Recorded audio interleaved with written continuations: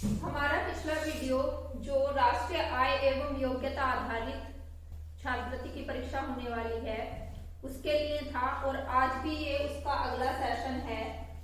क्योंकि टाइम बहुत कम है अब एग्जाम का और उस बीच में फेस्टिवल्स भी हैं और छुट्टियां ज्यादा पड़ने की वजह से कोर्स को कवर कर पाना बहुत टफ है। तो जो जानकारी दी जा रही है, बेसिक जानकारी कि किस किस तरह के क्वेश्चंस आते हैं, जैसे मैंने पिछले सेशन में पिछले वीडियो में भी बताया था, हमें आंसर शीट को कैसे फिल करना है वो हम जान गए हैं। किस विषय से कितने प्रश्न आएंगे वो हम जान गए हैं। इसी प्रश्न पत्र का एक बहुत महत्वपूर्ण हिस्सा होता है जिसमें मानसिक योग्यता चेक की जाती है, वो है आकृति समस्याएं, फिगर्स प्रॉब्लम्स। यानी कि कुछ आकृतियां दी हुई होती हैं, जैसे कि मैंने 3 क्वेश्चन लिए हैं। किस तरह के क्वेश्चन हमें मिलेंगे इस पेपर में देखने को कि एक इस तरह के क्वेश्चन होंगे कि 4 आकृतियां, 4 बॉक्सेस दिए हुए हैं, उसमें 3 में तो भरा हुआ है और चौथे में हमें बताना है कि क्या भरा जाएगा। चौथे में क्या भरा जाएगा, ये उत्तर आकृतियां भी दी हुई होंगी, इनके नंबर होंगे 1, 2, 3 और 4। ये मैंने रोमन अंकों में लिख दिए। हो सकता है कि जो एग्जाम होगा, हमारा प्रश्न पत्र होगा, उसमें ये इस तरह से होंगे 1, 2, 3, 4 कि इन चारों में से ही कोई सी आकृति यहाँ फिट होगी। वो कौन सी आकृति होगी ये हमें पता करना है। इस तरह के सवालों को देखते हैं। हमें एनालाइज करना है, ऑब्जर्व करना है कि हमारी पहली आकृति में क्या बना हुआ है। इसमें एक चतुर्भुज बना हुआ है और वो आगे कितने चतुर्भुज हो गए, 2 चतुर्भुज हो गए। आगे 2 चतुर्भुज हो गए, एक छोटा और एक उससे बड़ा। अब इसके ही ये समानुपाती का चिन्ह है कि इसी तरह से का परिवर्तन यहाँ होगा। अब यहाँ क्या है, एक वृत्त है, यहाँ एक वृत्त है, तो अगले खाने में कितने वृत्त हो जाने चाहिए, 2 वृत्त हो जाने चाहिए। अब हम उत्तर आकृति में देखेंगे, हमारे तीसरे में 2 वृत्त हैं और चौथे में 2 वृत्त हैं, तो 2 ऑप्शन है वृत्त वाले, लेकिन हमारे लिए कौन सा ऑप्शन सही होगा। हम फिर से फिगर को देखेंगे कि इसमें छोटे वृत्त को बड़ा वृत्त काट रहा है या बड़े वृत्त को छोटा वृत्त काट रहा है, एक दूसरे को क्रॉस कर रहे हैं, काट रहे हैं। तो ये जो तीसरी वाली आकृति है, इसमें एक वृत्त को दूसरा वृत्त काट रहा है और चौथी में काट नहीं रहा, एक दूसरे को सिर्फ स्पर्श कर रहे हैं, एक दूसरे को सिर्फ टच कर रहे हैं। तो हमारी कौन सी आकृति इस आकृति से मेल खाती हुई है, वो है ये वाली आकृति। तो जो हम अपनी उत्तर पुस्तिका में भरेंगे उत्तर, सपोज करो ये पहला प्रश्न था, तो पहले प्रश्न का कौन सा आंसर भरा जाएगा, बॉक्स में हमें आंसर भरना है। तो हमारा कौन सा उत्तर ठीक है पहले प्रश्न का, 3। हम नीले कलर के डॉट पेन से अपने आंसर जो सीट होगी, उत्तर पुस्तिका होगी, उसमें 1 के आगे वाले खाने में क्या लिखेंगे, 3 लिखेंगे। अगर ये प्रश्न नंबर 2, अब प्रश्न नंबर 2 एक आकृति का सवाल हो गया। दूसरा, अब हम देख रहे हैं कि एक डमरू जैसा है, एक डमरू जैसा है, या इसे ध्यान से देखो तो एक त्रिभुज, ये ऐसे और उस त्रिभुज के नीचे दूसरा त्रिभुज है। अब ये आगे जाके इसमें क्या परिवर्तन हुआ कि ये त्रिभुज पहले क्या थे, यहाँ इनका जो ये शीर्ष था ये उस पे मिल रहे थे और यहाँ ये एक दूसरे से आधार से मिल गए, ये आधार से मिल गए। अब हमें बतानी है यहाँ क्या आएगा, तो यहाँ ये दोनों हम क्या देख रहे हैं, ये अर्धवृत्त देख रहे हैं, आधे आधे वृत्त हैं। यानी कि पहले तो ये यहाँ अपने शीर्ष पे एक बिंदु पे मिले हुए हैं, तो आगे जाके किस तरह की इनकी परिवर्तन होना चाहिए, हमारे पास फिर से 4 ऑप्शन है। तो देखो यहाँ त्रिभुज ही रहे, त्रिभुज की आकृति में कोई बदलाव नहीं हुआ, बस वो पहले ऐसे रखे थे, बाद में ऐसे रखे गए। तो 2 हमें देखना है, ये दोनों आकृति तो हमारे आंसर में होगी नहीं, क्योंकि इनमें तो एक त्रिभुज एक अर्धवृत्त, हमें यहाँ अर्धवृत्त है और आगे भी रहने वृत्त ही है, त्रिभुज उसमें शामिल नहीं करना। तो हमारे पास फिर से 2 ऑप्शन है, फिर से 2 ऑप्शन है, ये अर्धवृत्त ये अर्धवृत्त। अब ये क्या था, पहले एक बिंदु पे मिल रहे थे, फिर बाद में एक पूरी रेखा पे मिले। यहाँ ये एक बिंदु पे मिल रहे हैं और यहाँ क्या मिलेंगे, पूरी रेखा पे मिलेगा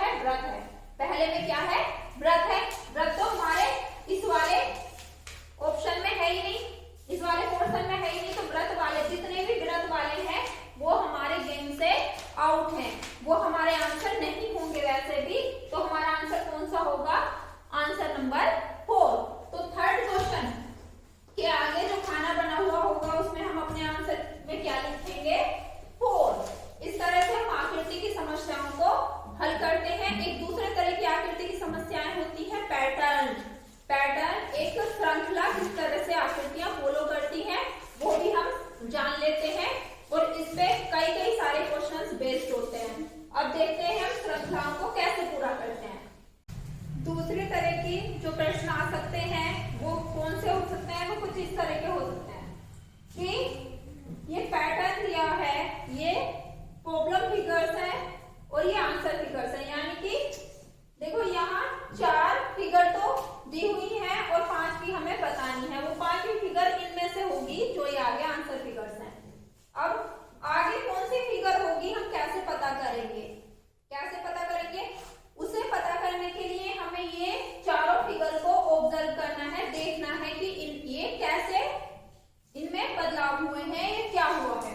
देखेंगे कि इसमें क्या है, कुछ इस तरह की आकृति है, खुली आकृति है, 3 भुजाएं हैं इस तरह की। इसे हम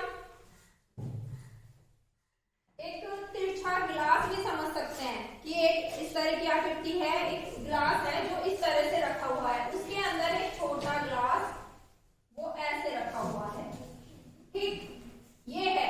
अब उससे आगे जब हम चले तो क्या हुआ, दूसरी फिगर में ये वाला जो ग्लास था, ये ऊपर वाला जो ग्लास था या ऊपर वाली जो आकृति थी वो कितनी, वो ऐसे घूम गई, ये आकृति इतनी घूम गई, 90 डिग्री घूम गई, ऐसे थी ऐसे हो गई, पट पड़ी हुई थी सीधी हो गई। किसी चीज से समझते हैं, ये पेंसिल से समझते हैं, ये ऐसे थी और ये ऐसे हो गई, तो जो कोई चीज ऐसे है और पूरा ऐसे घूमी है, कोई चीज ऐसे थी और घूम के वो क्या हो गई, ऐसे थी और ऐसे घूम गई, तो ये कितना घूम गई, पूरा 90 डिग्री, जो ये एंगल बना कितना बना, 90 डिग्री। अब यहाँ 2 चीजें होती हैं, एक समझ लेते हैं हमने घड़ी सबने देखी है, घड़ी में 12, 6, 3, 9 सुई होती है, घड़ी में सुइयां होती हैं, वो किधर से चलती हैं, ऐसे चलती रहती हैं, ऐसे इस तरह से चलती हैं, दोनों सुई आगे पीछे या जैसे भी चलती हैं वो इस तरह से चलती हैं। तो जब कोई आकृति इस तरह से चलती है या घूमती है तो इसे हम क्या कहते हैं, ये क्लॉकवाइज डायरेक्शन में घूम रही है, यानी कि घड़ी की दिशा में घूम रही है। लेकिन यहाँ जो ये आकृति घूम रही है, ये कैसे घूम रही है, ये ऐसे घूम रही है, ये किस तरह से घूम रही है, ये तो हो गया क्लॉकवाइज, और ये इसकी उल्टी दिशा में घूम रही है, ये कौन सी दिशा में घूम रही है, उल्टी दिशा में, तो ये हो गई हमारी एंटी क्लॉकवाइज, ये वाली डायरेक्शन हमारी एंटी क्लॉकवाइज, यानी कि घड़ी की सुई की विपरीत दिशा में, घड़ी की सुई की उल्टी दिशा में। तो ये वाली जो आकृति, ये वाला जो ऊपर वाला ग्लास या ऊपर वाली जो आकृति है हमारी, वो कैसे घूम रही है, एंटी क्लॉकवाइज घूम रही है। और एक बार में कितने डिग्री घूम रही है, यहाँ कोणों का पता होना बहुत जरूरी है, वो 90 डिग्री घूम रही है। और इसके अंदर का ग्लास देखो, ये ऐसे था और ये भी क्या हो गया, सीधा हो गया, ये ऐसे था और ये कितना ऐसे सीधा हो गया अंदर दूसरी आकृति में। तो ये कैसे घूमा, ये भी क्या 90 डिग्री घूमा, ये भी 90 डिग्री, लेकिन ये एंटी क्लॉकवाइज घड़ी की विपरीत दिशा में, और अंदर वाला कितना घूमा, घड़ी की दिशा में घूमा, क्लॉकवाइज घूमा, दोनों 90 डिग्री घूमे। अब आगे अगला वाला देखो, फिर ये 90 डिग्री, ये अंदर, ये बाहर वाला पहले ऐसे खड़ा था, फिर ये पहले देखो ऐसे था, पहले ऐसे था, फिर ये ऐसे हुआ 90 डिग्री, और तीसरी बार ये ऐसे घूम गया 90 डिग्री, देख रहे हो। और चौथी बार ये कैसे घूम गया, चौथी बार ये पूरा ऐसे घूम गया। ये क्लियर हो जाना चाहिए, ये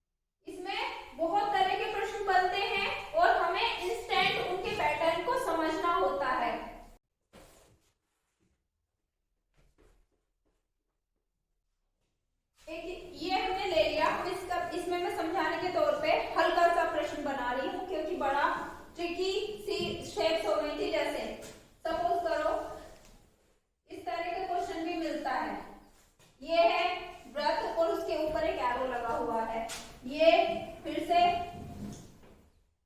और ये एरो हमारा इधर को, ये यहाँ नहीं यहाँ, ये इतना घूम गया, अब ये इतना घूम गया और ये इतना घूम गया, तो यहाँ क्या आएगा, यहाँ क्या आएगा।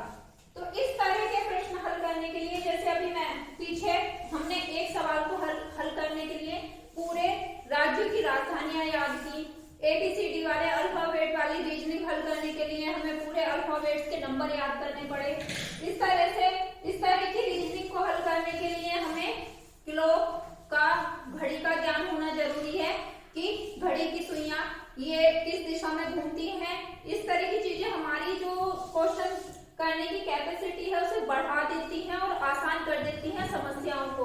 अब यहाँ क्या है, यहाँ भी क्लॉकवाइज और एंटी क्लॉकवाइज मैटर करता है, उसके साथ साथ कोण, उसके साथ साथ हमें कोणों की जानकारी होना बहुत जरूरी है कि ये एंगल हमारा कितना 0 डिग्री और ये हमारा 45 डिग्री, ये हमारा 90 डिग्री, यहाँ से यहाँ तक 90 डिग्री, इस तरह से ये हमारा 90 प्लस 45, यहाँ से यहाँ तक हमारा 135 डिग्री, ये पूरा 180 डिग्री, यहाँ से यहाँ तक 180 डिग्री और ये यहाँ तक 135 डिग्री, और ये इधर को ये और ये शामिल करके पूरा 3 ये शामिल करके कितना 270, और पूरा जब एक एंगल यहाँ से यहाँ तक घूम जाता है तो ये हमारा हो जाता है 360 डिग्री। 360 डिग्री घूम के पूरा एक हमारा चक्कर लग जाता है। अब ये मैंने बनाया है कि ये इतनी चीज क्यों जरूरी है, ये हम देख रहे हैं कि ये एरो पहले सीधा ऊपर को था, फिर ये लगभग कितना झुका, बिल्कुल एक्यूरेट तो नहीं क्योंकि हाथ से बनाया हुआ है, ये पूरा ऐसे नहीं है, ये पूरा यहाँ से यहाँ नहीं आया सीधा, बल्कि लगभग आधे में आया, यानी कि 45 डिग्री झुका। उसके बाद पूरा ये ऐसे था और ये यहाँ आ गया, 90 डिग्री चल गया। 90 के बाद फिर कितना, 90 के बाद ये यहाँ कितना आ गया 90, और उसके बाद फिर से 45 डिग्री चला, यानी कि लगभग 135 डिग्री। तो अब ये जो शेप आएगी वो कैसी आनी चाहिए, इसे अब हमें कितना हटाना है, फिर से 45 डिग्री हटाना है, और 45 डिग्री हटते ही ये पूरा स्ट्रेट नीचे आ जाएगा। इस तरह से इस आकृति का जो उत्तर होगा वो हमारा कौन सा हो जाएगा, ये हो जाएगा। आई होप कि कुछ जो फिगर्स के प्रॉब्लम्स हैं वो समझ में आई होंगी और इसकी हेल्प से आगे एग्जाम में आप कुछ अच्छा कर पाएंगे। I wish you best of luck और अपनी तैयारी करते रहिए क्योंकि टाइम बहुत कम रह गया है। जो भी सोर्स से जितनी भी जानकारी मिल सके उसे लेते रहें। धन्यवाद।